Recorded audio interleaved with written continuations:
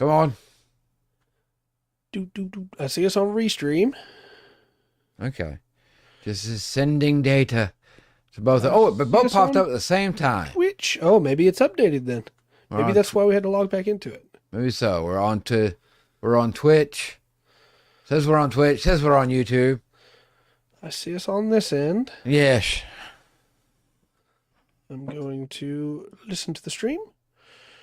I hear you, and as usual, I'll need to put this one in to hear me. Yeah. Put them both in. Make sure you do it correctly, sir. We sound wonderful. Okay. Good. Good. Good. I'm going to leave the stream running over here on YouTube. That way I can... My plan is to manually watch the desync. Okay. See, I bet, yeah. I want to see when it happens, when time and space are thwarted by YouTube. No, yeah, it's gonna be a gradual. Like you, just for a moment, you'll think you look away from it, and then when you look back, all of a sudden, it's a little bit further behind. Yes, the time has moved. Right, I have sent the Discord notification. I will send the tweet. Yes, send the tweet. Make sure that gets out. The people must know. Tell the world. Tell the world. Light the signal fires. Yes. Gondor calls for aid.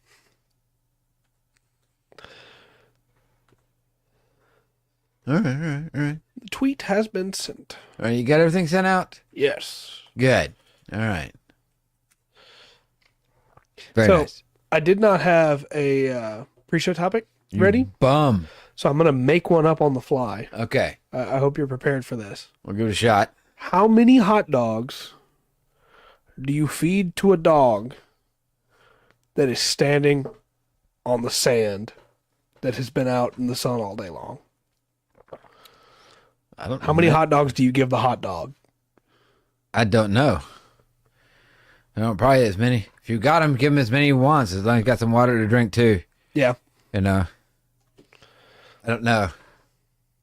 It's a pretty good answer. That's as far as I thought. Yeah, for that. gotcha. That's as much as I had. Yeah, I thought you were going with the buns versus the hot dogs thing. No, we could talk about that though. Yeah, it's the 6 and 8. That is a strange distinction, but that's far from the only one, right? Like, I guess. Well, when you think about it, I don't. There's not enough cereal in a box to make for an even number of bowls. You're always going to wind up with excess cereal that winds up being just the grains at the bottom. Oh, yeah. There's always a little bit of waste. Most water bottles aren't designed to fully fit into a water bottle container. Yeah.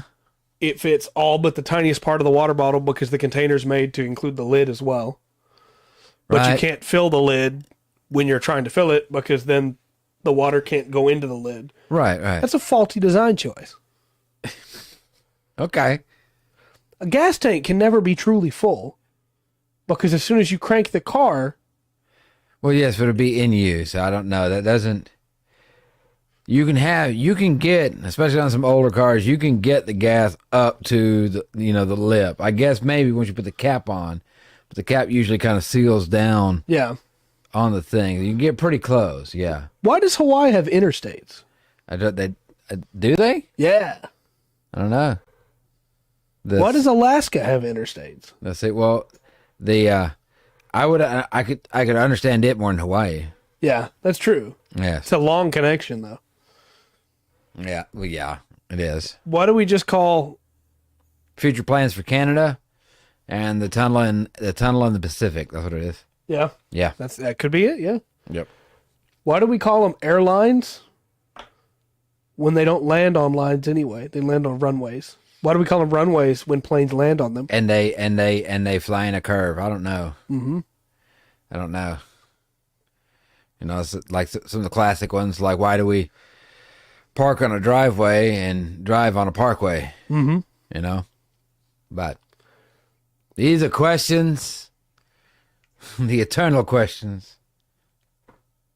And the answer is 42. I've got one more for you.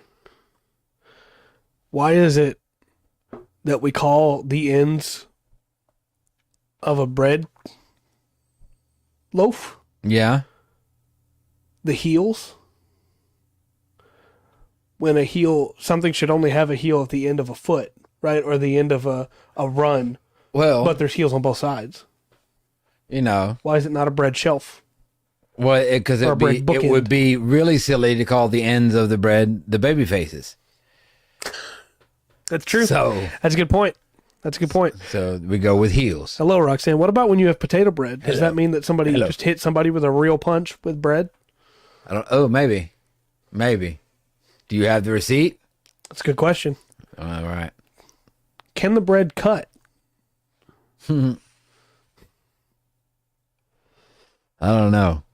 This If it- is a real silly. If Sure. it can, we're toast. Yeah, that's right. That's right. So That's right. once again, any complaints can be sent to Trey. Maybe bread is only supposed to be a foot long. I don't know. A foot long should have a heel, right? That's a good point. Don't be a loaf. Want some toast? I understand. Right. understand. Toast. Well, what do you think? Should we start this thing up? I think so. Probably. Okay. Hello and welcome to another exciting episode of the Full Spectrum TTRPG podcast. My name is Trey, I am Rungren. and we got some stuff to talk about tonight. Yeah. Rungren said I could talk about Pathfinder some more, so Well, I got the idea. Okay. So we talked about pets, and there is more than just like what pet you pick in Pathfinder. They get abilities yeah. going up. From what I don't understand the details of it, I know that. But when we look at pets in in these role playing games, a lot of times they're not. It's like maybe they're kind of cool, but they're not. They don't feel like they feel anything. yeah, for sure. And I understand you can't have, like one player with and the pet counts as like a second character, but it kind of needs to count as a second character. Yeah, because otherwise, why do you have it? Right. It also, like in most other systems that I've seen, it severely limits what the person who has the pet can do or what they get. Yeah. Like instead of getting a level up, the pet gets a level up. Right. You get a trade off. You end up with a soft character, and sometimes it seems like you have, a soft character, and what the pet can do doesn't quite make up for it. Right. Now we kind of talked about this before. Not the exact same as a pet, but with the Beastmaster Ranger Yeah. from 5e, and how it tries, but it doesn't quite fulfill like what you feel you need for a pet. Yeah, for sure. And we're going to see a little bit of that tonight as we look at them, but nowhere near to that level. You do have to give up a little bit to have an animal companion, but it's definitely worth it in Pathfinder 2e. Yeah. Okay. And before we get into that real quick, I just wanted to mention a new Pathfinder book has just come out Really? called Firebrands. Okay. And I want to highlight this, not because, I'm just a Pathfinder shill now, even though I am. Pathfinder shill. Because this is what you and I have wanted WotC to be doing for a while. I love Okay. calling them that. Yeah. It is a book specifically for players or GMs because it is just, hey, here is a new thing that's in the world. Okay. And you could take that book and put it into your worlds if you wanted, your homebrew worlds. But it's basically, hey, here is a group of people that call themselves the Firebrands, and there's a bunch of different factions of them. Here's the gods they worship. Here's all this information. Here's their history in Galarian, if you want it, But their whole thing is, hey, we don't like that these other big nations all came in and just colonized a bunch of these smaller nations. Yeah. And so our whole thing is we're freedom fighters. We're gonna independently free them. Yes. And these small nations that you're freeing have oil, yes? No, not in this situation. No. Okay. Then why? So there is a really cool aspect of it too, of is this even a good thing that they're doing? Because they're giving them freedom, but can they support themselves? And are the firebrands then going to use this to try and take control of that country? There's a lot of nuance to it that I think is really cool. Okay. And I just like the idea of, hey, here's this book you can buy if you want to, or you can just get it all in Archives and Ethics. That's the site I'm using today. And you can just, add this to your world. Here's this group. Yeah. There's a group you can just use. So. Or you could use the Spanish Inquisition. Yep, that's also an option. Yeah, because nobody ever expects the Spanish Inquisition. So. I was trying to think of a clever joke to add to that, and I've got nothing. So we'll just move on, I guess. You can look. That is prime right there, right? It is. It didn't need anything added to it. Didn't need anything else to Perfect. it. No. So tonight we're talking about animal companions. Yes. And I want to specify before people are like, hey, you're going to talk about all these cool animal companions, but I can't use them because I'm not a ranger, right? That's not true in Pathfinder 2e. Yeah.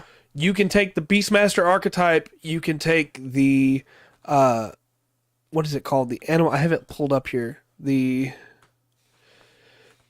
Oh my gosh, Trey, you're embarrassing yourself. Will you hurry up and find it? The animal trainer archetype. Okay. Either one of those will allow you to get an animal companion. Beastmaster is definitely like if you want that style of thing, because you can get more than one. Well, see, in my mind, I'm thinking, okay, like companion and pet are two different things. They should be, they're kind of similar, but they're not the same. Right. Like I can easily accept that a companion is much more powerful than a pet. Right. But a lot of times the companion is not. The companion feels kind of like maybe a pet. Yeah. Not a companion. Maybe that's the way I'm looking at it. And that style of way of doing it has been bled into the familiar for Pathfinder 2e, Okay. where the familiar can be any kind of animal, but it doesn't get that animal stat block. It's just a familiar. So I still say the polar bear familiar would be very intimidating. Okay. I think so. Yeah, I think I'd allow that at the table for sure. Yeah. But in that way, your familiar is, they are the pet kind of thing that you can do stuff through, whereas these are full on animal companions. They fight alongside you. They do all kinds of different things, and they can take feats as well that make them even better. Yeah. So they can grow. Mm-hmm. Well, so let's get into that growth system real quick first before we get into the pets themselves, because I think that's what really makes them shine in PF2E. Okay. So if you take the Beastmaster archetype, or if you take the Animal Trainer archetype, Right. either one, at certain levels, your animal companion gets better. So at level 1, you would take the Beastmaster archetype, or whatever level your GM allows you to take additional archetypes. Yeah. You take the Beastmaster archetype. If you already have one animal companion, you gain another. Okay. And by taking a 1 minute long action, you can use Call Companion to call a different one, to switch between your two companions for which one battles with you. Okay. Later on, you could bring multiple to battle at high level, but at low level, you can only bring one into battle with you. It sounds pretty cool. I really like that too, the ability to switch them up. Yeah. Like, hey, I have a water companion and I have a land companion, and when we go in the water, I switch and bring my water companion. Yeah. Bring my shark, Yeah. Set forth with a dolphin. Yeah. There are other feats you can take with it too, like Heal Animal at level 4 that allows you to, cast Heal Animal as a Beastmaster focus spell. Okay. And focus spells, for anybody that might not remember with Pathfinder 2e, when you use a focus spell, you can cast those even if you're not a caster. And you have a certain amount of focus points. And when you cast that, you won't get your focus points back until the end of a short rest. So. Okay. Yes. But at level 4, instead of taking that, you're probably going to take Mature Beastmaster Companion, which allows you to make your companion a mature animal. All right. And so, just a quick housekeeping thing so you understand how it works. In combat, if you want to command your animal, it won't do anything on its own. Okay. Unlike in, say, a 5e, where you have an animal companion as the poor ranger that you are in 5e. Yeah. And you're trying to use that animal and you get to control it on its turns, but it doesn't really have a lot of things it can do, right? Yes, yeah. In PF2E, you spend one of your 3 actions to give it 2 actions. So you basically get a free action because you have 2 more actions to go. Yeah. Now your animal has 2 actions. Yeah. It may use one of those to stride, to be able to run, right? Right. To move. But it can use another one to strike, or there's multi-action things that different animal companions can do. Right. If you don't command it, it just does nothing that turn. Okay. Animal companions, if not commanded, don't get reactions. So you can't just like lay it somewhere and let it opportunity attack somebody. If you don't command it that turn, it's just an animal. It doesn't do anything. Okay. I know it'd be a pain in the butt on the, kind of on the DM, and it could possibly run into problems, but there should be a chance of it doing something. Yeah. The bad guy is starting to push the fight across the field a little bit, and gets too close. Yeah. It bites at his legs. Might lash I don't out. know. And that is one thing, regular pets, because you can still get regular pets in Pathfinder. Yeah. Those have a like loyalty stat almost of they can get afraid and run, but your companion cannot and your familiar cannot. They will never flee you. Okay. But when you hit level 4, if you take this feat to mature them, once they mature, even if you don't use command an animal action, your animal companion can still use 1 action on your turn to either stride or strike. So even if you don't command it, it still gets 1 action once you've taken this feat. Yeah, that's cool. That's cool. Feels like a nice upgrade, right? Yeah. Now, at 8th level, it becomes an incredible Beastmaster companion. And you get to choose if you want it to become nimble or savage. Okay. Nimble lets them get a little bit more dexterity, as it were. They get to their acrobatics goes up a little bit. Their athletics, they're more dodgy. right. Yeah. And also they don't suffer as much of a multiple attack penalty. Okay. Or savage lets them just do 3 more damage every time they attack. See, I'm thinking of my rat for Mux. Yeah. I want him to have a rat. Mm-hmm. And a rat, I don't know, savage rat would be kind of funny. It would be really funny. Because you're at, that's, 3 points of damage, especially early, that's going to be pretty good. Yeah. But it does make sense for him to be more dodgy, though. It does. It definitely would make sense. But savage is more fun, I think. Yeah. I don't know. Think about it. Keep going. The other cool thing about this is this works for all your companions. Okay. So it's not just like, hey, if you had more than one, you have to choose which one. They're just all incredible now. Okay. That's and you cool. get to choose individually for each pet. So you could take a nimble one and a savage one if you have more than one. Oh. To have like what the Beastmaster had in that old movie, with the 2 ferrets. Yep. Was it Tiki and Tavi? I think so. Yeah, it's something like that. Alternatively, at level 8, instead of just making it like more fierce, you could get the enlarged companion spell for free. There's some other options in here too that I haven't been highlighting these, but these are like the ones that I think are really cool and interesting. You've been holding out. There's a few. There's a few. So these are all just generic. I mean, not. Generic. So whatever animal you get. Yeah, it also has individual things. Right. Now, does the animals themselves, they've got a chart for a lot of them, don't they? Mm-hmm. And yeah, for almost all of them. Yeah. There is one last feat to highlight here before we get to the animals, which is at level 14, you get to specialize your companion, and they get 1 specialization of their choice.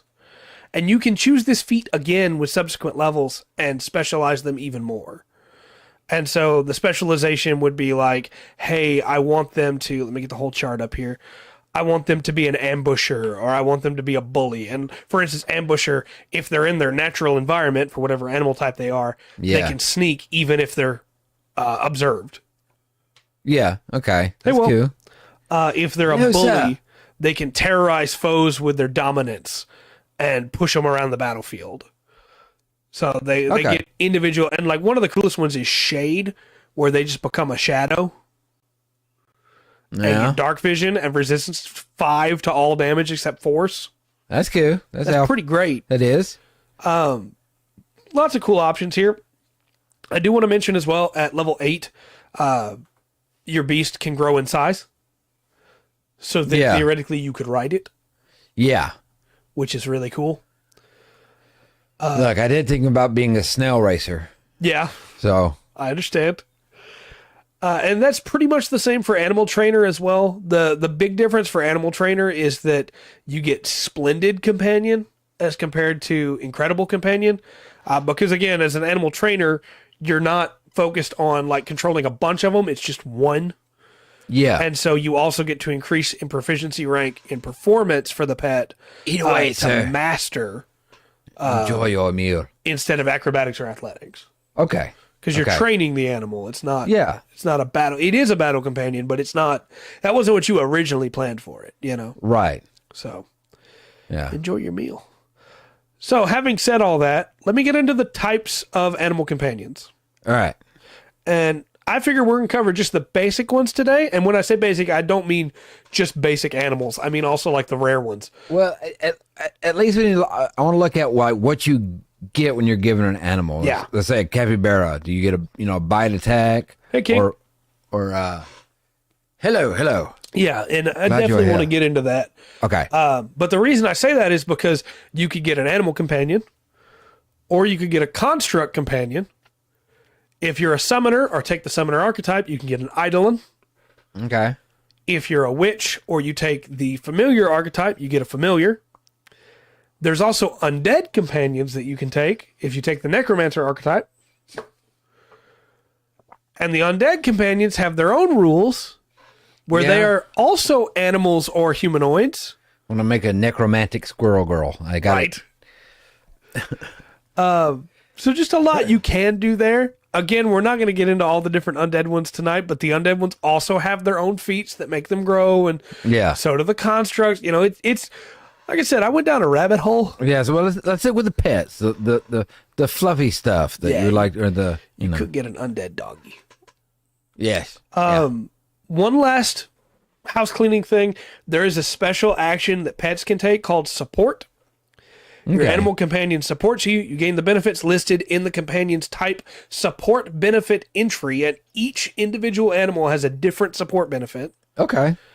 And if it uses support, the only other actions it can take on this turn are basic move actions to get in position to take advantage of the support. So, interesting. If it's done anything other than move, it can't support you. So that takes its place of acting or attacking, you know. Okay.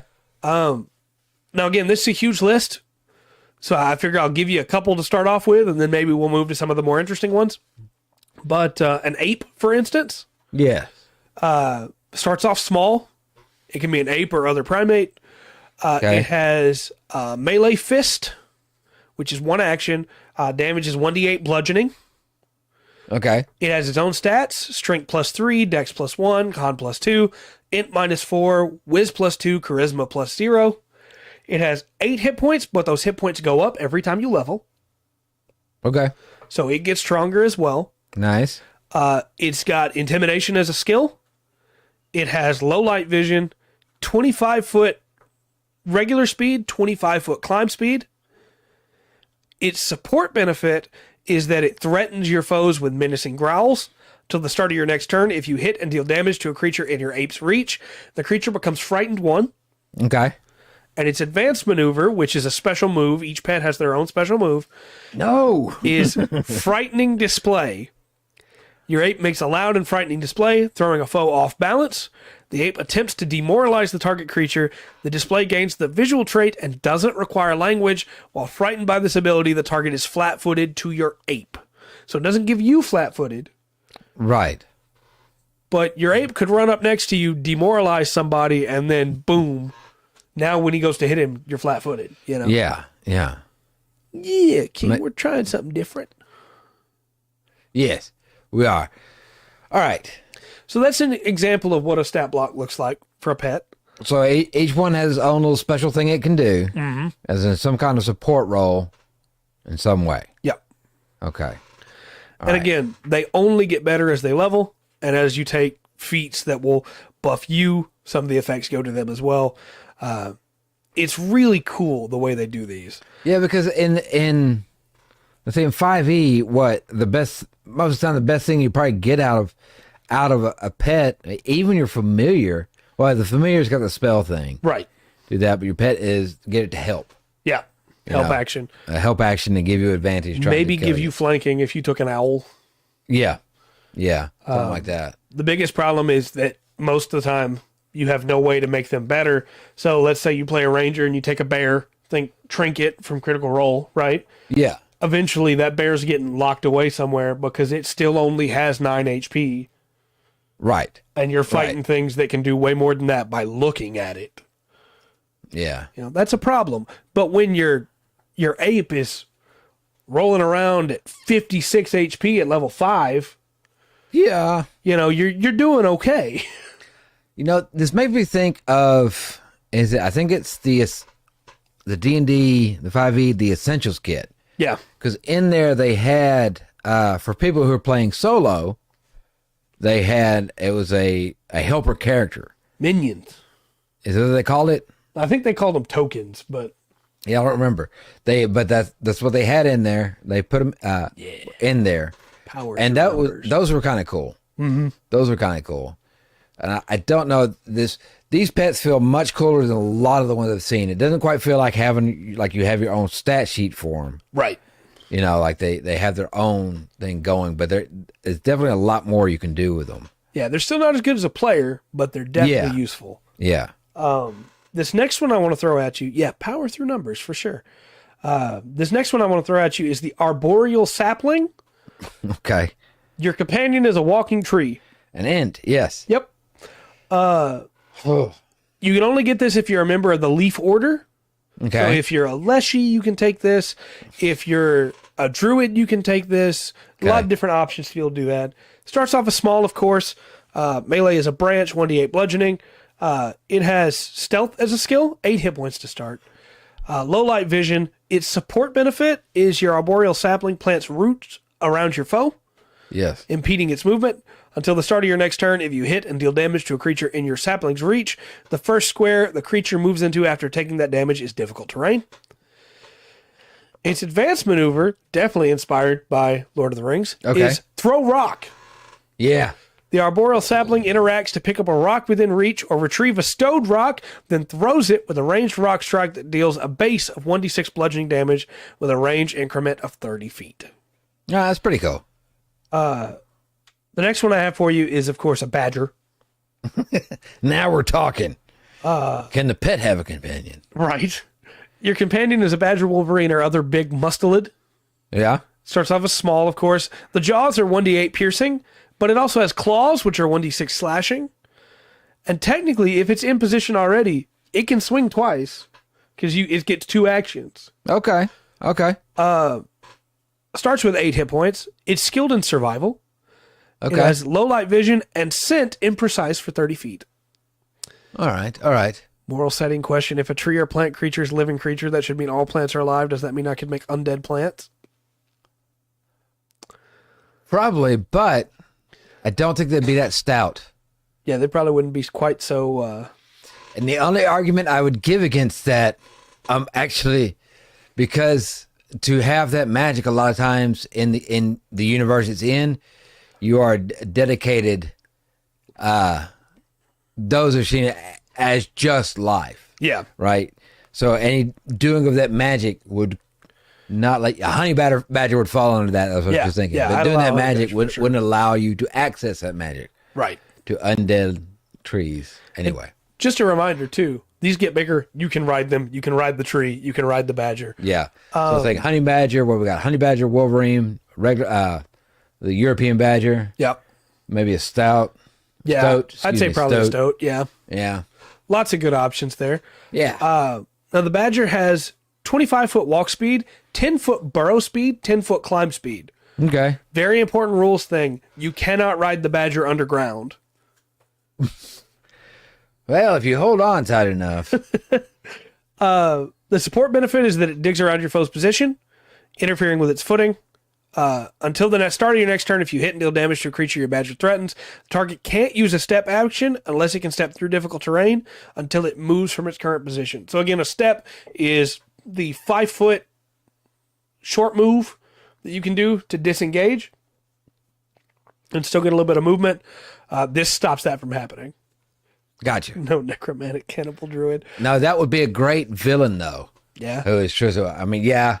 Also a great album name. Right. Necromantic cannibal. You're going to be able to read it when I get through writing it, but... That's right. Badger Rage is its advanced maneuver.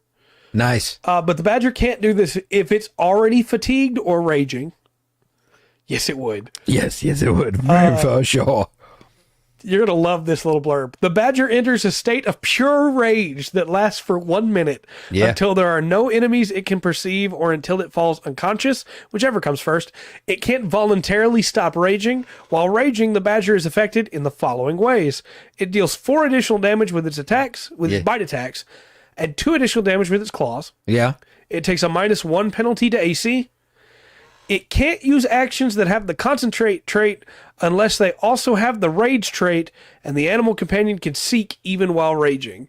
And I haven't talked about AC yet because the animal companion shares your AC. That's interesting. Which I think makes it way easier to track AC. It does. For the companion. It does. Makes me feel better about going into battle, too. Right. Again, we're not going to cover all of them in this list. I just want to hit on the ones that are really interesting. So, like, I'm not going to... Badger's pretty cool. Like I could see the honey badger going that way. The badger, there's a few that fall underneath that. I like that quite a bit. Going to rage, and then at the end of rage, it passes out. Yes. Yeah. So that's a cool thing. Yeah. Because I think about honey badgers going after snakes, the poisonous snakes, the poison just would kill me or you, and then it would just put them to sleep for a while. Get up with a hangover. That's cool. Interesting. I like the badger. You worship nature. Decay is part of nature, and mushrooms are just plant cannibals. I mean, I guess that's true. That's true. If you're going to go the mushroom route, yeah, I can definitely see an argument for it there. So I love this next one. Okay. It's the bat. All right. Your companion is a particularly large bat, such as a giant bat, size small. That's how small bats normally are. That it's a huge bat. I'm a flying fox. I want a fruit bat. Right. Jaws weapon 1d6 piercing, or wing agile weapon 1d4 slashing. Okay. Only 6 hit points, but skilled in stealth. Right. Yeah. Has echolocation as it should. Yeah. 15-foot walk, 30-foot fly. Okay. Eventually, again, this can get big enough that you can ride it. Yes. Its support benefit is your bat flaps around your foe's arms and faces, getting in the way of their attacks. Until the start of your next turn, creatures in your bat's reach that you damage with strikes take a -1 circumstance penalty to their attack rolls. The bat just gives a -1 to your enemy. Yeah. That's very strong. Yes, it is. Yeah. On a D20 system, a -1 is 5%, one way or the other. Yeah. We've had a discussion about that before. Mm-hmm. The power of just +1. It matters. It does. It makes a difference. The advanced maneuver is called Wing Thrash. The bat thrashes wildly with its wings, making wing strikes against up to 3 adjacent foes. Each attack counts towards the bat's multiple attack penalty, but the penalty only increases after all the attacks have been made. So you don't actually take the penalty for any of the attacks. It's just if you then wanted to try and get it to do anything else, it's going to have a -15 swing. Okay. It'll take a shot. It gets a dervish. I love it. Right on. I don't want to go through the whole stat block for the bear, though of course you can take, bear, grizzly bear, any type of bear. Yeah. Pathfinder upscale D&D where you can actually have giant battles. Well, that's, again, Pathfinder improved on 3rd edition, which, Yeah. Yeah, we've looked at that. And when we're going over some D&D 1 stuff, there was so much of it. It's like, oh, okay. Yeah. They're doing what Pathfinder's doing, and a lot of that. I feel like the numbers are cool, but what people seem to care about are the things that really stand out for the pets, right? Yeah. So I'm just going to highlight these for the bear. Okay. 35-foot walk speed, move speed. Okay. Because, of course. Yes. Support benefit, your bear mauls your enemies when you create an opening. Until the start of your next turn, each time you hit a creature in the bear's reach with a strike, the creature takes 1d6 slashing damage from the bear. Yes. If your bear is nimble or savage, the slashing damage increases to 2d8. Yes. It just takes swings while you're hitting them. Yeah. You take the one on the right, I'll take the one on the left. We're doing good. I like the bear. Bear's impressive. The advanced maneuver is bear hug. Nice. If the bear's last action was a successful claw strike, it can take the bear hug. The bear makes another claw strike against the same target. If this strike hits, the target is also grabbed, as if the bear had successfully grappled the target. Okay. Let's see. This one's nice, because the bear also starts small, right? If you take the beetle, it can start as medium or large. Okay. Be cool to have a medium-sized beetle, yes. You can mount the beetle from level 1. Okay. Its support benefit is your beetle stomps around and smashes into foes, knocking them off balance or pushing them aside when you create an opening. Yeah. Till the start of your next turn, when riding on your beetle, your strikes that deal damage either make the target flat-footed until the end of your next turn. Okay. Or move the target 5 feet away from the beetle with force movement so it doesn't trigger anything. Okay. The target chooses which effect occurs, so the target gets to decide which one. All right.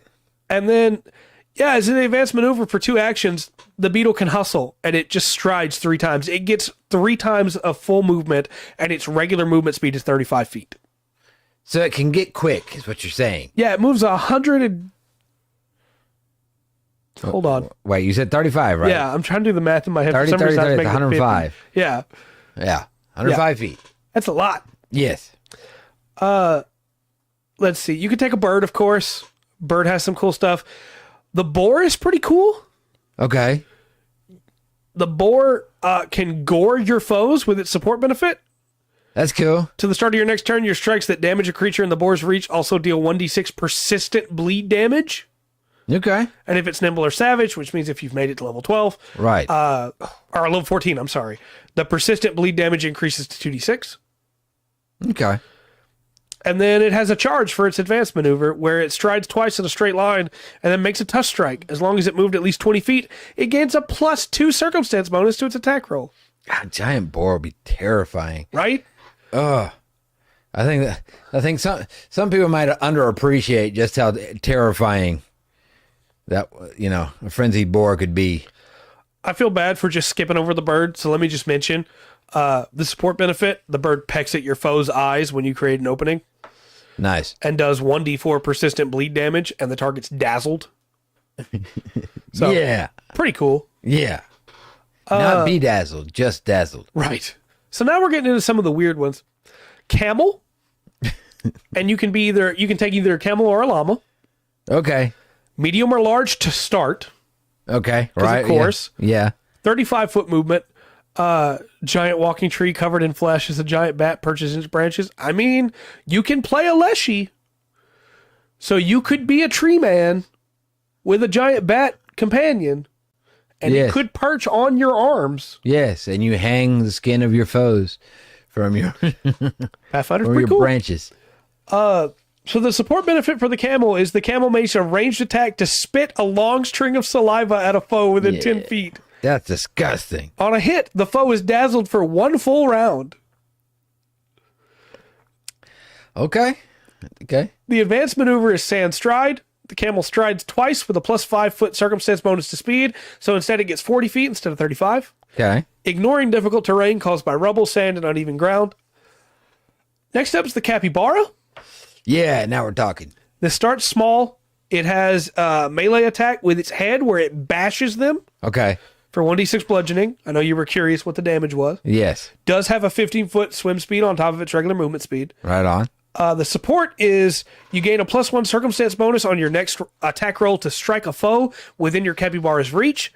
The bonus lasts until the first time you use it or until the beginning of your next turn, whichever comes first. Yeah. Because the capybara is just right there by you, you know? Yeah.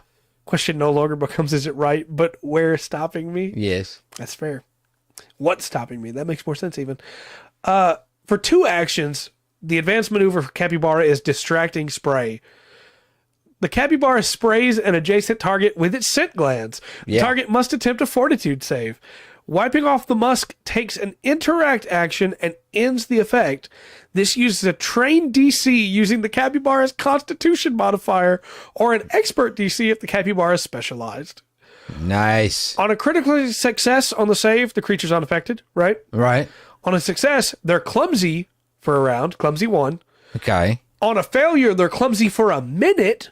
And on a crit fail, they're clumsy 2 for 1 minute. And for anybody who doesn't know, in Pathfinder 2e, clumsy is where, if you're clumsy 1, for instance, you take a status penalty equal to the condition value, so it'd be 1, to dexterity-based checks and DCs, including armor class, reflex saves, ranged attack rolls, and skill checks using acrobatic, stealth, and thievery. So if they crit fail that, their AC goes down by 2 for the rest of the fight. Yeah. That's pretty good. The capybara would be awesome. You can take a cat, and it can be a big cat, Sure. such as a leopard or a tiger, or it can be a Jaguar. house cat, Taking a jaguar. as you should. 1d6 piercing for the jaws, 1d4 slashing for the claws. I think that's a pretty good way to differentiate between that. Yeah. 35-foot speed. Now, some pets have a special thing for them, Okay. and the cat is one of those. Your cat deals 1d4 extra precision damage against flat-footed targets. So it gets the rogue benefit, basically, Okay. which makes sense for a cat. Yeah. The support benefit is your cat throws your enemies off balance when you create an opening. Till the start of your next turn, your strikes that deal damage to a creature within your cat's reach make the target flat-footed until the end of your next turn. Unlike the ape, where it was flat-footed for the ape, this just makes it flat-footed in general for all your allies as well. Yeah. It's very good. Yeah. And the advanced maneuver is cat pounce. The cat strides and then strikes. Right. Of course it does. If it was undetected at the start of its cat pounce, it remains undetected until after the attack. Okay. So for any rules where it needed to be stealthed, it is still undetected. Next up's the cave gecko. Really? Yep. So this is uncommon. You'll need to get approval from your DM or GM to be able to use it. All right.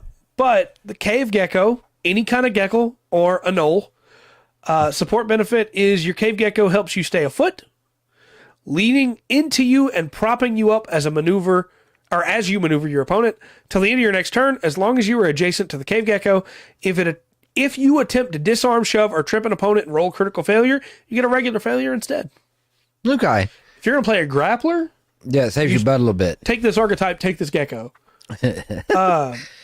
It has a tongue pull Yeah. where the cave gecko snaps out its tongue, attempting to pull a foe within 10 feet of it. The gecko attempts an athletics check against the foe's fortitude DC. On a success, the cave gecko pulls the foe next to it. This movement is forced movement. On a critical success, the foe's also grabbed until the beginning of your next turn. Can you imagine a giant gecko that just... bleh? Yoshi. Yep. So this one might be my favorite of this set we've got to yet. The cave pterosaur. Okay, well, look. Having a dinosaur has a bit of a bonus to it anyway. Yep. So, Your companion is a flying prehistoric creature such as a dimorphodon or pterodactyl that is adapted to life in the cavern vaults beneath the ground. okay. The Lord of the Mountain, says he. Yes. It has a beak attack for 1d6 and a talon attack for 1d4, which is agile. It's skilled in thievery. Yeah. I love it. That's funny. 10-foot walk, 60-foot fly, and again, it can get big enough that you can mount it. Right. For its support benefit, your pterosaur expands its wings and make distracting flapping motions. Any creature that would gain lesser cover from the pterosaur gains standard cover instead. It Okay. just flaps for you. Yeah. And Flap then, for me, flap for me. Anyway, go ahead. no, you're good. For 2 actions, pterosaur swoop for the advanced maneuver. It flies up to its speed and makes 1 beak strike at any point during that movement. At any point during that movement. Okay. Very cool. The crocodile is a little underwhelming. Okay. It can hold its breath for about 2 hours as a special, which is cool. Yeah. And a giant crocodile would be really nice. Yeah. Use the ultimate tech. Oh no. Oh no. The support benefit though is kind of unfortunate. It clamps its jaws on your foe, refusing to let go, which is really cool, right? Until the start of your next turn, if your strike damages a creature in your crocodile's reach, your crocodile can latch onto the creature. While thus attached, the crocodile can move along with the target whenever the target moves to the end of your next turn. Okay. Your crocodile can latch onto only one creature in this way, and it must release the creature to make a jaw strike. If the target is smaller than the crocodile, it takes a minus 10-foot circumstance penalty to its speed and can't fly while it's latched on, which is really cool. Yeah. Clumsy, you mean Trey's main? That's right. However, the death roll. That's what I was waiting on. Yes. Yeah. Which is really like evocative. That should be it, right? Yeah. Only works if the crocodile has a creature grabbed. Remember the support benefit, it must release the creature To make the the attack. Yeah. Not you can choose not to release it. Yeah. I think they should errata that Yeah. to be if you want to make a jaw strike, you have to first let go. Because I could see a situation of, hey, now it's got this guy grabbed. On my next turn, it's going to death roll. Right. But I can't do that. Instead, it has to make a grapple check, which is unfortunate. Reaffirm its grip. Yeah. And I wish it wasn't that way, because it'd be really cool and evocative. If, hey, it gripped him. He tried to run. He couldn't run away from it. Now it's rolling. Yeah. You did hear dinosaur. That's right. And speaking of dinosaur, the next one is the dromaeosaur, Okay. also known as a raptor. Okay. So it could be like a velociraptor or a deinonychus. Starts off small, of course, That's a chicken. but it can get much bigger. Yeah. And you Okay. can ride it. It has a speed of Dino Riders. 50 feet, by the way. It's quick. It's quick. 50 feet. It's quick. Your raptor, for the support benefit, constantly darts into flanking position. Until the start of your next turn, it counts as being in its space or an empty space of your choice within 10 feet when determining whether you and your companion are flanking.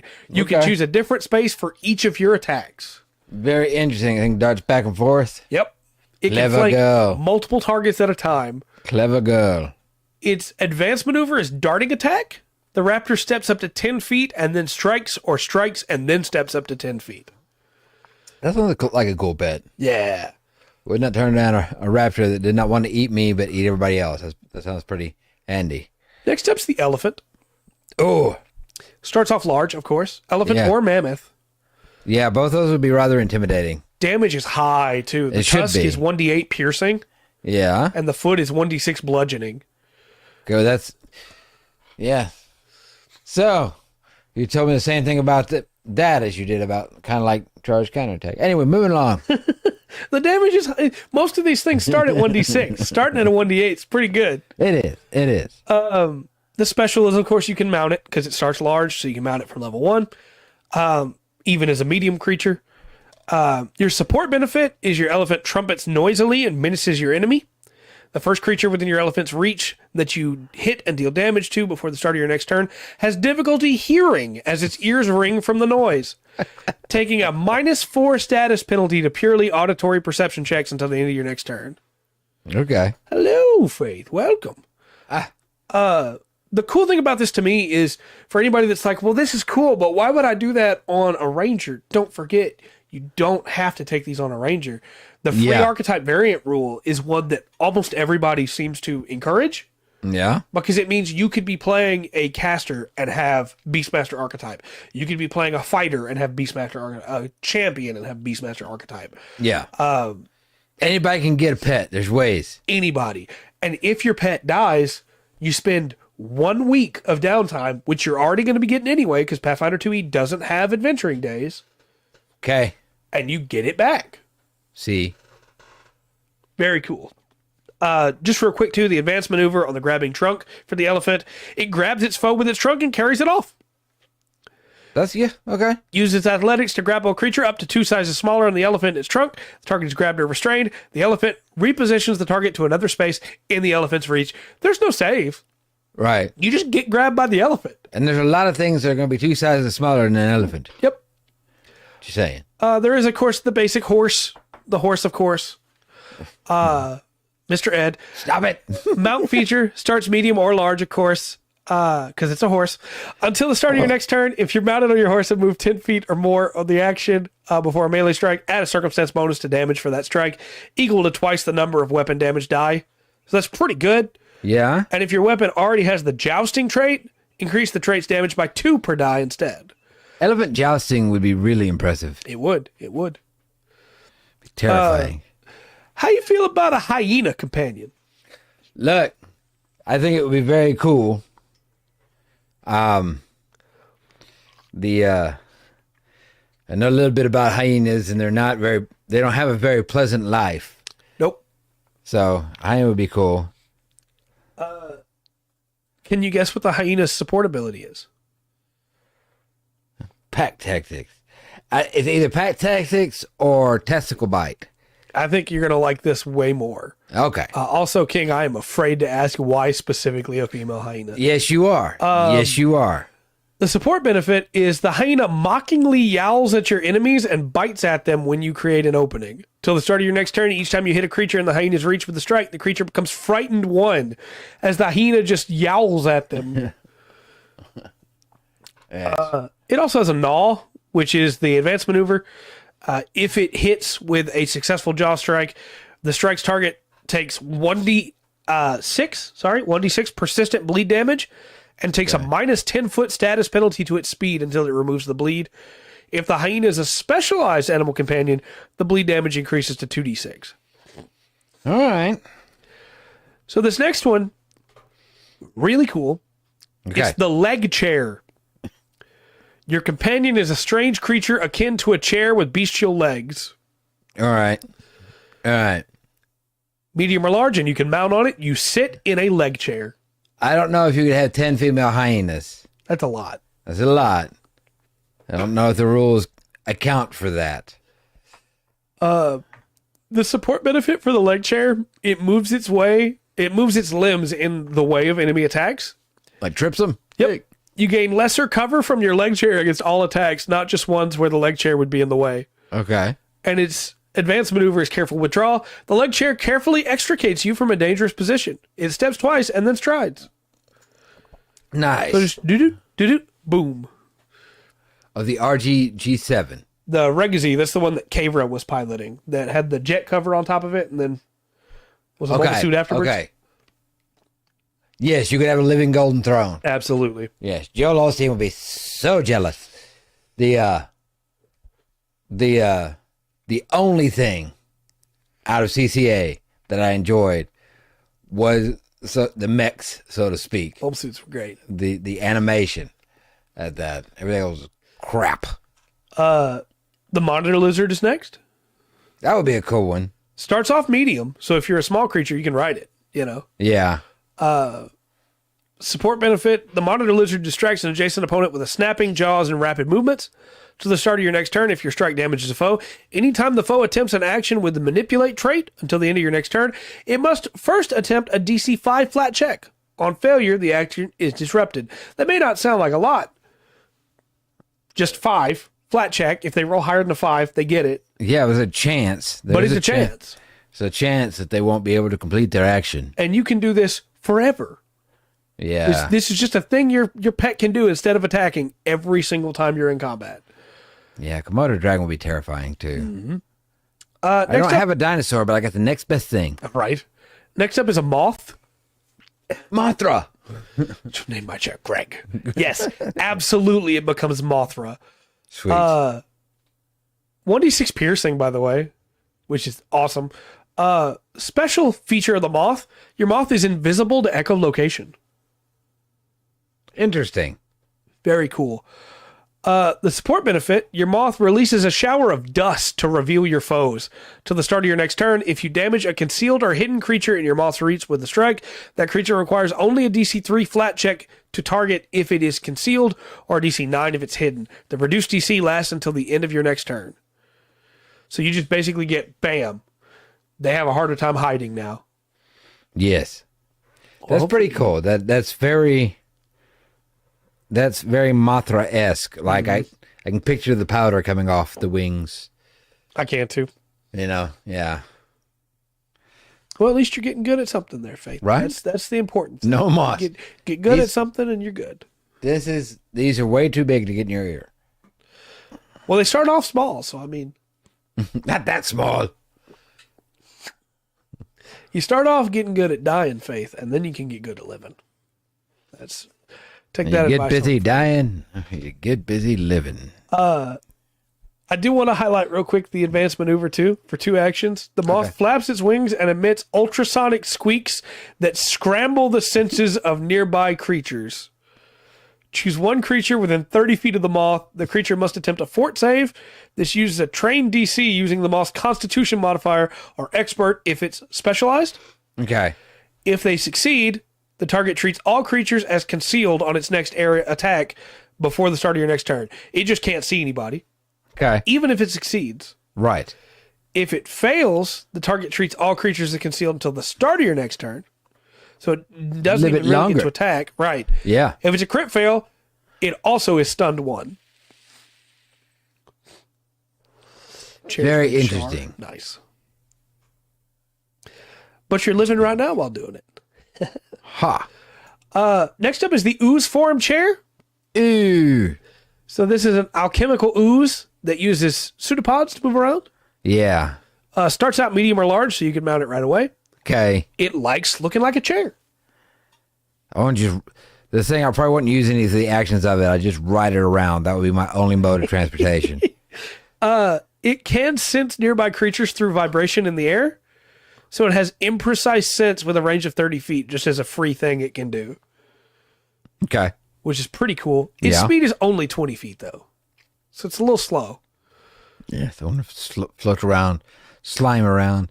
Be like, in a weird way, like the Baron Harkonian. Just, it's disgusting. The support benefit is really weird, but I like it a lot. Okay. Okay. A pseudopod extends out from your chair, retrieving an unattended object within 15 feet. If you don't have a hand free to receive the object, the chair drops it in your space. Okay. So it's just like, oh, hey, you need this torch? Here you go. You need this key? Here you go. You need the sword? Here you go. I like that. That's cool. Okay, so it can play fetch. Yep. Very good. Next up is a pangolin. No, I heard that you can get things from those. GN Drive powered chair. That'd be cool. Right? Yeah. This is a particularly large pangolin, so it starts medium. Pangolin. Want to be a pangolin? The support benefit is your pangolin tears at your enemies with its serrated plates. To the start of your next turn, your strikes that damage a creature in your pangolin's reach also deal 1d6 persistent bleed damage. If your pangolin's nimble or savage, it becomes 2d6. Ah. And its advanced maneuver is defensive curl, where it gives a +2 bonus to its AC. Yeah. And any creature that hits it with a melee unarmed attack while it's in defensive curl takes 2d6 persistent bleed. So each one of these, I like how each one of them has its own way of making things suffer. Yeah. You know? As the animal kingdom should. Right. That's what the animal kingdom already does to us. Yes. Next up's a rhinoceros. Okay. Starts off large. You can mount it from the get-go. That would be a fun pet. Happy feet. I think you're thinking of penguins. Pangolins and penguins are a little bit different. They are. Penguins are sent straight. They're sent straight from Satan. How many pet skeletons can I have at once? Undead pets, you theoretically can have up to 4 at one time.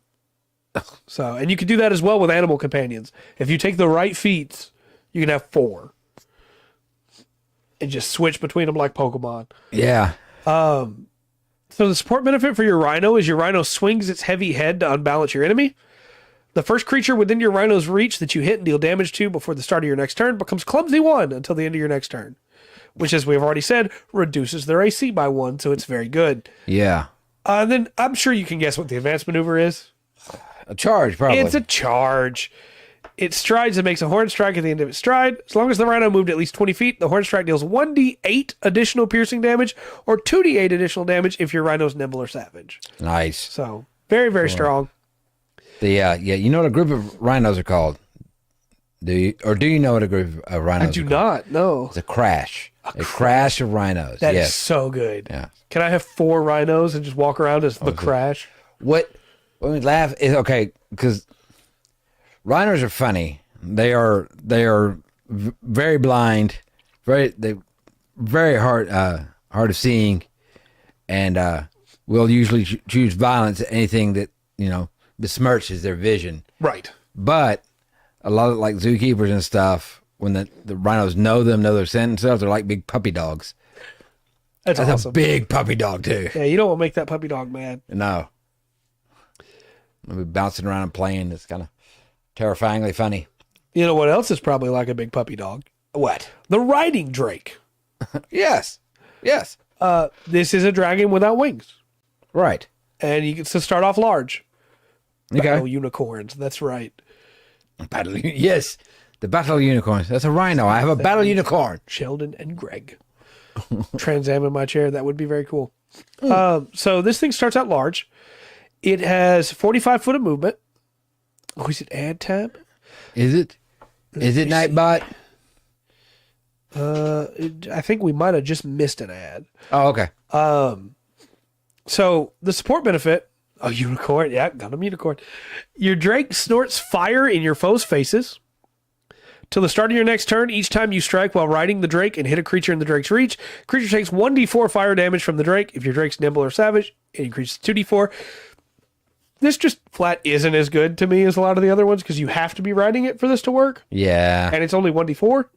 Yeah. Whereas a lot of the other stuff's like 1d6, 2d6, you know? That's true. That's true. It is a little bit lower. But it can use a breath weapon for its advanced maneuver once per hour, which feels really weird. What? Okay. 30-foot cone of fire, dealing 1d6 fire damage for every 2 levels the Drake has to all creatures in the area. So it does scale up pretty high. Yeah. By level 10, it's doing 66 damage. That's quite a bit. So it's pretty good. Yeah. That helps out. Can I combine my skeletons to become Skeletron? Only if you do the Voltron horns every time. Yes. Bum, bum, bum, bum, bum, bum, bum. Yes. Next up is the Root Ball Chair. So many chairs. Yeah, it's pretty great. Medium or large. It is a woven sphere of living plant roots that you can Okay. sit on. Okay. Support benefit, your root ball chair moves smoothly over most terrain thanks to its many tendrils. I am Root. Your root ball chair ignores difficult terrain. That's true. Skeletron, no living man may hinder me. The advanced maneuver is a seed pod. A seed pod within the chair bursts and uncoils, releasing a light clump of cottony material. Okay. Your root ball chair leaps up to 30 feet vertically or horizontally and drifts down, sinking 5 feet for every 5 feet traveled horizontally and causing you to take no fall damage. This cottony material disperses when you land. It literally Mach 5 jumps. Yeah, it's pretty cool. And floats down. Pretty I like great. it. It is. It's pretty cool. Next up's a scorpion. Of course it is. You want a giant scorpion? Yes. It starts small, but it'll get there. The special for it, though, is the stinger attack deals an additional 1d4 poison or 2d4 poison if it's specialized. So that's pretty cool. That is pretty cool. The support is your scorpion drips poison from its stinger when you create an opening. To the start of your next turn, your strikes that damage a creature in your scorpion's reach also deal 1d6 persistent poison damage. If it's nimble or savage, it's 2d6. That's cool. The advanced maneuver is one of the best ones in the game, in my opinion. Okay. Grab and sting for 2 actions. The scorpion holds its foe in place with its pincers in order to sting it. It makes a pincer strike. If the strike hits, the target creature automatically becomes grabbed by the scorpion, Yes. which then makes a stinger strike against it. The grab condition lasts until the end of your next turn. Oi. It's grabbed for a whole turn by your giant scorpion. Rad scorpion. It's great. It is. That sounds like a good scorpion. Next up is the Shadow Hound. Well, this sounds interesting. You can only get this one if you're a Shadowcaster, so it's a different archetype. So if you're a Beastmaster, if you're not a Ranger, you'll have to also take the Shadowcaster archetype later on, Okay. which will unfortunately put you back 2 levels for each of the upgrades for the pet. Instead of level 4, it becomes level 6. Instead of level 8, it becomes level 10. Right, You know, okay. to be able to move it up. Because every 2 levels, you get another class feat or archetype feat. With the free archetype rules, you get one for both. So it's not like you're going to be missing out forever, but you will have to take this other archetype Yeah, if you to want get this. it. Unless you're already a Ranger Beastmaster, and then you just take this as your free archetype if Oi, you're playing with free oi. archetype rules. Did we just get Nozaku? We did just get a Nozaku. Yeah. Okay. Did not mean to talk over that. I'm sorry. Wait. I think with Pathfinder, I think you would have a better chance of pulling that off, of having a mimic pet. Definitely get a mimic familiar. Yeah, that you could, you could work that out with the rules it's given. That's one reason the list is very, I think the list is really cool. Yeah. Because a lot of these, you can, okay, well, what if I want to have this animal? It's not on the list. Well, there's something on there that fits. Right. That'll work with. Like, I'd probably use hyena for, like, wild dog or dingo. For sure. 100%. 100%. So. And there's a Kira cry. There's a Kira cry. So Shadowhound. He's still crying. Kira, you just keep crying. You just keep crying, Kira. The support benefit is your Shadowhound shrouds your foes in shadow when you leave an opening. To the start of your next turn, when you damage a creature with a strike and that creature is within reach of your Shadowhound, both you and your Shadowhound become concealed to the creature till the end of your next turn. It just gives you stealth. That's handy. Yeah, it's really nice. That would be really good. And no, you would always have to, if you want to get technically, I would probably say no audio on the Kira cry. Oh no! Yeah, I think your other stream there is muted for the audio. Is it? Here, I can do one for free. So. Oh yeah, do one for free. I know everybody loves to listen to the Kira cry. See how horrible it is. I'm looking for it. We have so many of these now. Yeah, it's your fault. Yeah, that might be. We're going to do a Kira cry right now, or it's no Zaku boy. I'll do a Nozaku real quick, and then that'll tide it over while I try to find a Kira cry. No Zaku boy, no Zaku. There we go. Okay. Did you hear that one? Hopefully you heard that one. There's a lot of cool stuff you could do with mimics, though. I don't think I gave you homework course. There we go. There you go. Okay. So next up is the shark. I forgot to say, the Shadowhound can demoralize your enemies for you. Okay. Also, it's each foe in a 20-foot, but it's an attempt. It doesn't get it for free. So the shark is kind of underwhelming. Fair enough. All right. Which is unfortunate. Well, it has to be in water. Right. And then they didn't make it better for the sake of that. Okay. So it does have a cool thing of, hey, if it is in water like it should be, its blood scent enables it to smell blood in the water from up to a mile away. So have fun, I guess, as the GM going, yeah. Now you're within a mile. Yeah. When your shark, for the support benefit, when your shark senses blood, it tears into your enemies. Till the start of your next turn, each time you hit a creature from the shark's reach with a strike and deal slashing or piercing, the creature takes 1d8 slashing from the shark. If your shark is nimble or savage, the slashing damage increases to 2d8. There we go. The unfortunate side of that is if you're not using slasher or piercing damage, you're not getting anything. Yeah. So don't fight with a hammer in the water is what you're saying. This is what this is coming through. Yeah. Okay. Next up is a snake. This could be interesting. You got poison snakes, you got constrictor snakes. Mm-hmm. And this one leans posture check and a hydrate. All right, it's going to last my coffee. I need to hurry this along. Don't you know, chat, that I really need to go to the bathroom and you keep making me drink water? Yeah. It's my fault that I drank most of this before hydrates came. It is. I'm trying to be good and drink water. Support benefit, your snake holds your enemies with its coils, interfering with reactions. Yeah. Till the start of your next turn, any creature your snake threatens can't use reaction triggered by your actions unless its level is higher than yours. There's another hydrate. Thanks. Appreciate it. I finished off the last of the coffee. There's only... So I don't have anything to hydrate with. So that's cool. It can't get an opportunity attack on you. Yeah. If you try to move away. And then constrict, its advanced maneuver, it deals 12 bludgeoning damage, not a roll, just 12 bludgeoning damage to a grabbed creature. So if the snake has grabbed a creature smaller than it, just 12 damage, and the creature must attempt a basic fortitude save. If the snake is specialized animal companion, increase the damage to 20. Is there not another one? We just did those two. No, there's not another one. I saw it. We got those two. Yeah, we got the 2 hydrates. I think we're caught up. I see you trying to make us do more. I didn't get the. I don't have anything to drink on second to hydrate, and I was listening about the constrictor snake. Well, there's 2 more that just came through. All right. I'm going to walk into the blur. I shall return for a second.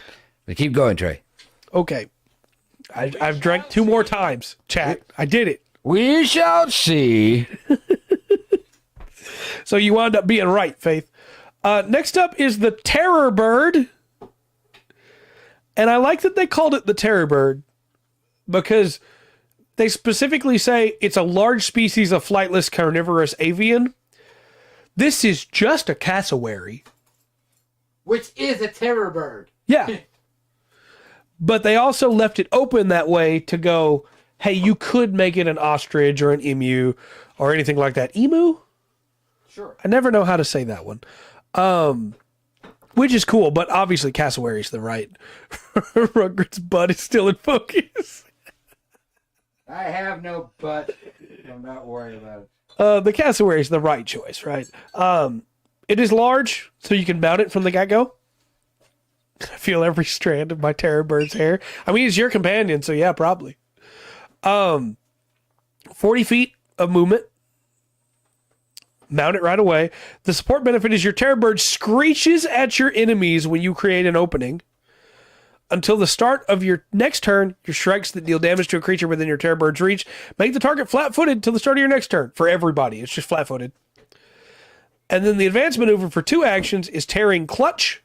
The terror bird makes a beak strike. On a successful hit, the target takes 2d6 persistent bleed damage.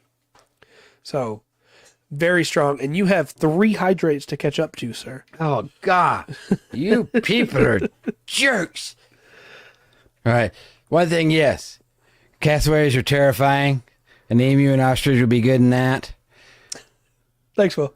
We're almost done here. Next up is the Triceratops. And okay. That would be pretty cool. Unlike Pathfinder 1E, there's another hydrate. Stop. I'm trying to catch up here. Unlike Pathfinder 1E, it starts large, which is great. That's true, Cessna. You are.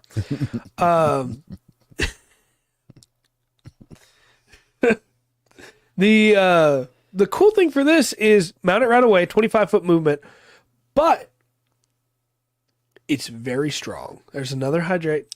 I'm sure it is. It's a Triceratops.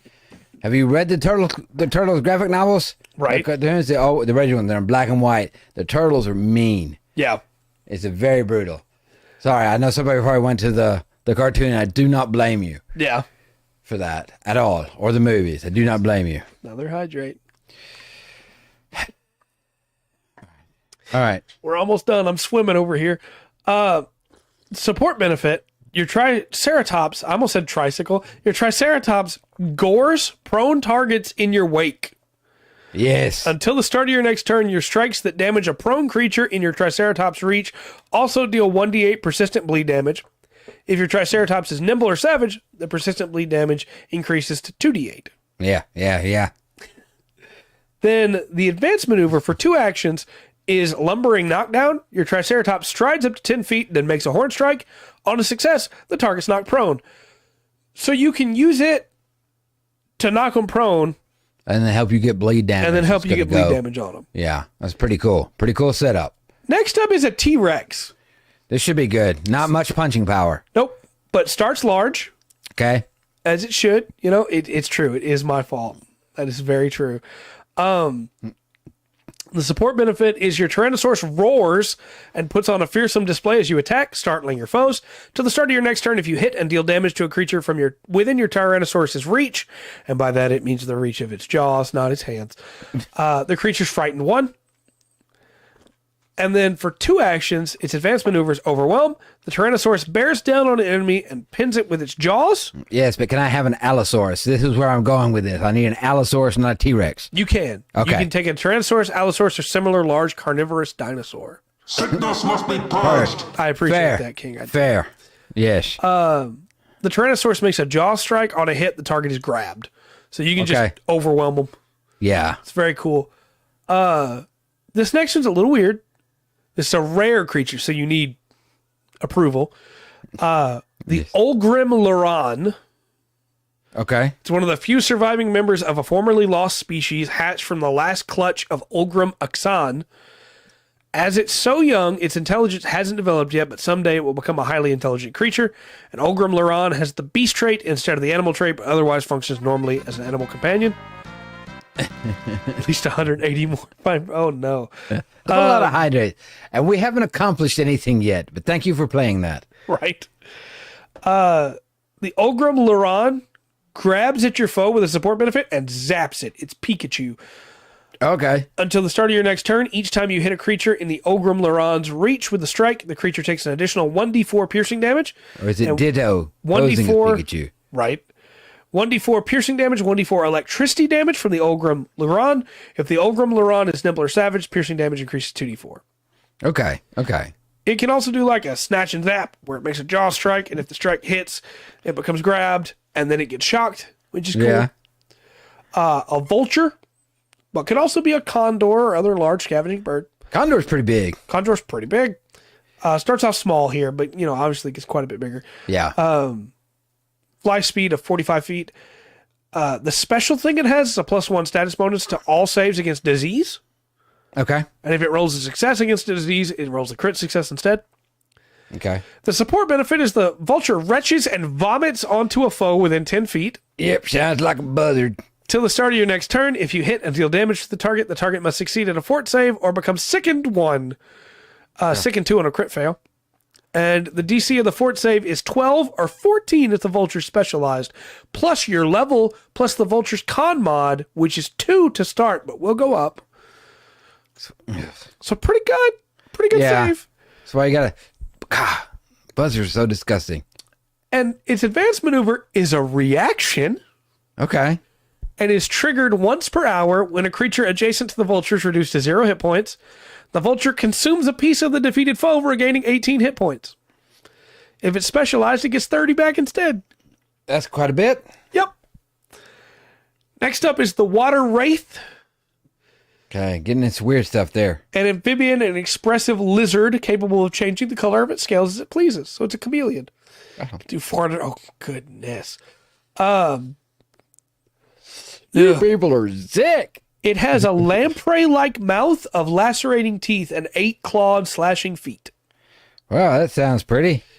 It hasn't matured at early levels, and so it doesn't have full intelligence, but even when it does, it will serve you admirably when it's older, when it's more mature. Gotcha. Hagrid would love it. Right, and you have to be from Alkenstar to be able to, which is a place in the world, you can take that as part of the background, to be able to have a Water Wraith. Okay. Its special abilities, it can hold its breath for 2 hours like Crocodile. Support benefit is your Water Wraith hisses and changes color swiftly in an iridescent clash, overwhelming your foes in an avalanche of shades and hues. Till the start of your next turn, each time you hit a creature within your Water Wraith's reach, the creature is dazzled for 1 round. Yeah, that's a lot, for sure. 450. And then its advanced maneuvers, it can gulp blood if it made a successful Jaws attack against a foe. Okay. It gains 2d8 temporary hit points that last for 1 round, and the foe takes 2d8 persistent bleed. And it drinks its blood. Yep. If it's specialized, it gets 3d8 instead. Dang, okay. But if the creature has no vital fluids, the ability might not function as the GM's discretion. Fair enough, fair enough. And then last on this list, and I want to cover one more specialty after that. Yes. And just real quick, there's a lot of like special traits they can get that have come with other books, like Genie Touched, Indomitable, Nimble, Savage, Unseen, all those things. The last one that I want to cover here from the regular list is the Wolf. Okay. And it can be a wolf or other canine, such as dog. 45K. Wow. Thanks for all those hours watching, man. No joke. 40 feet movement speed. You can get Sif in Pathfinder. Yeah, okay. 2. Yeah. Support benefit, your wolf tears tendons with each opening. To the start of your next turn, your strikes that damage creatures your wolf threatens gives the target a minus 5 foot status penalty to its speed for, not just its movement speed, for its speeds, all speeds, Yeah. for 1 minute, minus 10 on a critical success. And the advanced maneuver is a knockdown. The animal companion's last action was a successful jaw strike as the trigger. The wolf automatically knocks the target of its jaw strike prone. Okay. And then the unique companion is the only one so far they've added, but I'm hoping they add more. Unique being as in you can take a special variant of a regular animal companion. Yeah. And unique, of course, you're going to have to get express approval. But this is a fiery leopard. It's terrifying. Instead of a regular cat. It's immune to fire, but it's weak to cold. Weakness 5. It takes 5 extra damage for every cold attack. Okay. Flaming attacks for its regular attack, so all the regular cat attacks deal 1 fire damage as well. And then the damage increases to 1d4 when the fiery leopard becomes nimble or savage. Pretty rough. It has a fiery pelt, so creatures that start their turn grappled by the fiery leopard take 1d4 fire damage. Yeah. Anyone attempting to grapple it takes 1d4 fire damage for each attempt. And then Burning Glow becomes its new specialty, where the fiery leopard sheds dim light in a 10-foot radius, which gives a -2 circumstance penalty on stealth checks made at night or in a dark environment. That's interesting. Now, I like this so much better than a few other systems I've heard about getting a pet. Because it comes to a point, it seems like in other systems where it's like, well, the best thing I can do for this animal now is hide them off the battlefield so they don't get killed because one hit's going to take care of them. Right. These feel they're not quite like a companion. Mm-hmm. You know, they have everything, but they do have a lot of interesting things they add. Yeah. So having a group, like a regular group, you know, your fighter, your rogue, your wizard, and your cleric, right? Right. Each one of them having a pet, I feel like they're unique enough to where it's not each one of them having the same thing. Yeah, for sure. I think the support benefits, the advanced maneuvers, all that really helps differentiate each one. I do. And then again, depending on what specialization, do you want them to be a bully? Do you want them to be an ambusher? You know, all that stuff changes them even more. So yeah, you get a little bit. It's not overdone. You get a little bit of customization with it the more time you spend with your pet. For sure. I don't know. I like the system. I don't think it's perfect, but I think it's really hard to make a system without just making the pet a second character in a way. Right. You for know? Sure. Which ones were your favorite? I don't know. I liked some of the ones like the moth was really cool because it gave reasons to use a moth that you probably wouldn't do, right? Right. It gave it official rules that like, yes, it's worth taking the moth. Mm-hmm. A monitor lizard would be good. The capybara is really cool. Yeah. I think it's going to depend on the character. Because like with my goblin, I can picture taking a rat or maybe or capybara, but some kind of rodent going with it, and the bat would be good maybe too. No, the bat was really cool. Yeah. For me, it's definitely the terror bird and the dinosaurs. Yeah. But you give me a dinosaur, I got a hard time saying no to the dinosaur.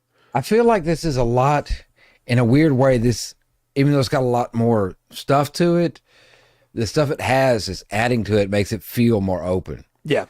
Like I think I can run just about anything out of a 5e system, right? Right.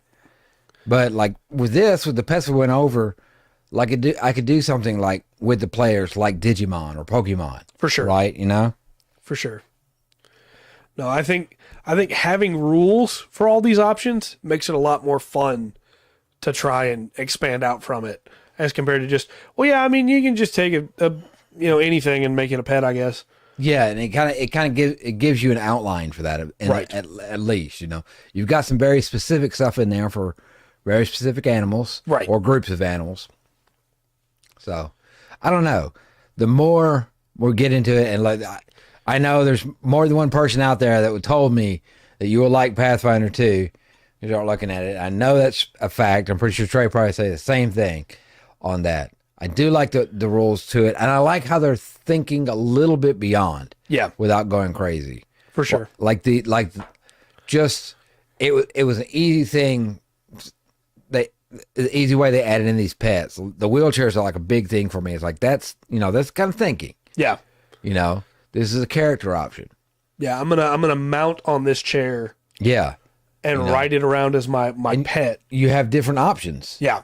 You As know? compared to just, I'm going to take a battle wheelchair, Right. which is also a cool option. Yes, it is. One other thing I didn't mention is that a lot of these had options where they said just outright in the stat block, outright in the rules, like with the Triceratops, hey, you can make it any armored dinosaur.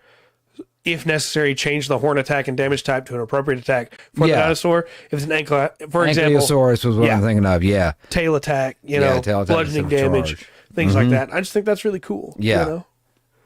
Yeah, everything's kind of flexible enough. You can really get customized Yeah. with this. And that's out of this is all, I think we're still looking at core rules. Yeah. Some of these pets come from other books. Right. But there's a lot more options to buy if you want them. Right. But in the core rules, you have a list to start with. Go through. And remember, these are just the animal companions. This doesn't even count the construct companions. Right. The undead variants of these companions, specific familiars, though any one of these could also be a familiar. You just wouldn't get the stat block then. And then like the Eidolons are their own unique thing for summoners. Yeah. There's so much in here. And as more stuff comes out, they just keep adding more. That book that I mentioned at the start of the show, the Firebrand book, it doesn't have any pets, but it has new spells. It has new weapons. It has new armor. It has new stuff in the world that you can go to and stuff you can interact with. Well, we saw some. It wasn't till kind of the end of like what we were doing with 5e. Right. Going through it, we saw books that were like, okay, this is good. Yeah. This is, We had the a others were long dearth of nothing. And then they put out the Von Richter's Guide to Ravenloft. Yeah. Yeah. And just a setup of it. Right. And I feel like with Pathfinder and the stuff that you show me, that's kind of what we get with Pathfinder. Yeah. You get more. It's pretty cool that it's based off of a certain edition of D&D. Yeah. But it kind of it's still D&D enough. It's like, yeah, this feels familiar. I can get into that. Right. Also, just in case anybody was curious, I do have it pulled up here. The ability modifiers for your animals. Each type of animal companion has its own strengths, of course, and increases 2 of the base modifiers by 1 each. And these increases are already calculated. And then your hit points are 6 plus the con mod for each level you have. So they add up pretty quick. Yeah, they did go. When they mature, I didn't mean to cut you off there. I'm sorry. No, I was just making sure I was taking that in, sir. When they mature, the strength, dex, con, and wisdom increase by 1. You increase unarmed attack damage for 1 die to 2. Its proficiency ranks for perception and all saving throws to expert. Its proficiency ranks in intimidation, stealth, and survival to trained. And if it was already trained in one of those, increase that proficiency to expert. And if it's your medium or smaller, it grows by 1. Okay. When it becomes nimble, its dex mod increases by 2. Strength, constitution, and wisdom increase by 1. And it deals 2 additional damage with unarmed attacks. Then it gets proficiency in acrobatics, of course, to expert. And its attacks become magical for the sake of ignoring resistances. Okay. When it becomes savage, strength goes up by 2. Everything else the same. Deals 3 additional damage with unarmed strikes. And increases athletics to expert. And it learns an advanced maneuver of its type. Okay. Just like nimble. That's when they get the advanced maneuver, Right. Right. And its attacks also become magical for the sake of that. So they get stronger. And that's maybe my biggest thing is they get better. Yeah. Well, when you give them, when you count in all the, like the special stuff, it's just maybe one thing they can help, they dazzle an enemy or they, do this extra damage, maybe cause them bleed damage or poison. Right. It's just that little bit of extra stuff that's, just from going down the list, it's like, okay, there's some options I can do on a turn if I want to command, my pet. Right. I like it. I'll tell you, it doesn't feel overpowered, and like you said, I think quite close to the beginning, you can trade out 1 action to give them 2. Right. There may be times where you don't want to do that. Right. You may not need to. Mm-hmm. Or there may be times where you're tied up, and that's the best option. Right. You've got there's stuff you can play with there. Mm-hmm. I mean, we've had some good good sessions in a couple different settings, right? Yeah. In different ways. But there's sometimes, you get into like a ranger character or an archer ranger, like in 5e, where for a few levels, what they're going to be doing is shooting that bow. Yeah. And they're just going to be adding on damage to it. There's not a huge amount of options. I feel like with these pets, you've got a little more you feel like you can do. I'm just Googling something real quick to see. Okay. Could you theoretically just command an animal 3 times? And then it gets 6 actions. That's pretty impressive, especially with some of those actions. Like, get a gator over there snapping on somebody's leg. Yeah, I mean, you could. You absolutely could. You just then aren't doing anything your turn. Right. The only kicker I would say is they're not allowed to use any action other than a stride and then use their advanced maneuver. And they do still suffer from the multiple attack penalty. So it's not like a good idea. No, 'cause especially when you're getting to the last couple attacks, you're going to be at such a disadvantage to get those. A negative 25 if you just Yeah. attack 5 times. Yeah. Ugh. But still cool that you have the option, I guess. I think so, yeah. All right. Well, we don't yet know what we're talking about next week. We're going to figure that out. Yes. Yes. Tomorrow we'll be finishing up the Death Guard kill team, hopefully. Sweet. Get that painted up and done. And then before the next painting stream, I'm going to try the new method, the slap chop method that people keep talking about, and see if it works. We're going to finish these the rest of the way that we're already doing it, so they all Okay. look the same. But then I'm going to try that method, and maybe it'll make it a lot easier. We'll find out. Quack, indeed. Quack indeed, yes. Monday, be playing Lotro. Yes. Really excited for where we go next. Right. Going to get a new zone again, I believe. Pretty close to it. We might have a couple of things to finish off first, but we're getting very close to going to a new area. Yes. Always love that. And then Tuesday, we'll have the regular podcast. Right? You beat Call the Sea Wednesday. Yes. Okay. For those that was, I appreciate you get me through Call of the Sea and sticking with me as we went through it. I apologize that I cut it off.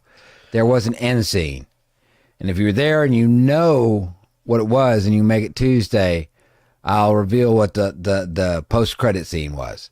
Oh. On through that, but it was there. For those of you who want to know, I will let you know. We'll have a new game to slot into Call the Sea. Column. Retake. Oh my gosh, Trey. I need to use the bathroom. We'll have a new game that'll slot into Call the Sea spot on the list. And so we'll do the vote as we normally do. Yes. And then you'll play whatever gets voted on Wednesday. Yep. And next Thursday we'll talk about something. And the next Friday we'll build the Leo from Gundam Wing. So. Okay. Anything else we might have forgot? I think we covered And so everything. we're watching. What are we watching? What Gundam are we watching right now? 0080 War in the Pocket. Yeah, War in the Pocket. We've gone halfway through it. Mm-hmm. It's 6 episodes. We've seen 3. Yeah. Yeah. So we got the other half. We'll be finishing up maybe Monday. Monday. We should finish that off. I'll be able to talk about that. For those that are curious, it's so much better than what I've seen so far. Great soundtrack, too. Yes, it is. But yeah, we're on every night, Monday through Friday, 8, 7 Central. We appreciate every single one of you showing up. Mm-hmm. Took thousands of years and millions of people to create you. And there's never been anything like you before in the universe, and there never will be again. And that's really cool when you spend some time with us, hanging out, and talking about nerdy things. I don't think I have anything else to add. I think we covered everything. You have anything coming up?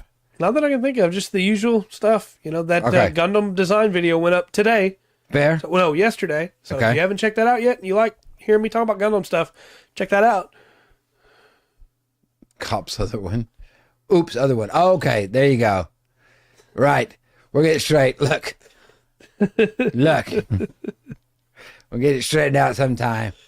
One day, Will can no longer holler at me about that. He'll just pick something new.